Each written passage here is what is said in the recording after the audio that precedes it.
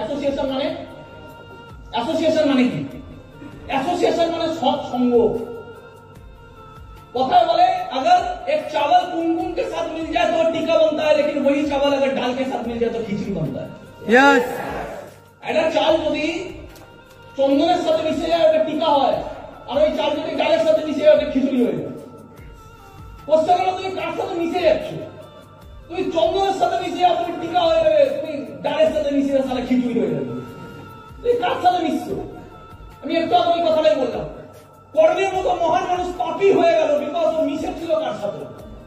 আর অর্জুনের মতো একটা ইমোশনাল ফুল, অর্জুনের মতো মানুষ পাণ্ডবদের মধ্যে মহান হয়ে গেল বিকজ ও মিশেছিল কার সাথে। তুমি মিশছো কার সাথে? তুমি জীবনে মিশছো সেই লোকগুলোর সাথে যে জীবনে 10,000, 20,000, 30,000 বেশি ভাবতে পারে না। আর তুমি মিশছো সেই মানুষগুলোর সাথে যে মানুষগুলো কোটি টাকার নিচে কথা বলে না। তুমি মিশছো তার সাথে যে গাড়ির কথা বলে, তুমি মিশছো তার সাথে যে নারীর কথা বলে। তুমি মিশছো কার সাথে? তুমি মিশছো তার সাথে যে 10 বছর পরে নিজের জীবনটাকে চেঞ্জ করার কথা বলে। আর তুমি মিশছো তার সাথে যে পুরো 10টা বছর মেয়েবাজি করে সময় নষ্ট করে। তুমি মিশছো কার সাথে? তুমি চাইলেও ভালো মানুষদের সাথে মিশতে পারবে না, কারণ তুমি খুঁজে পাবে না। আজকে স্মার্ট ভ্যালুর বাইরে খোঁজার চেষ্টা করতে হবে আমাদের।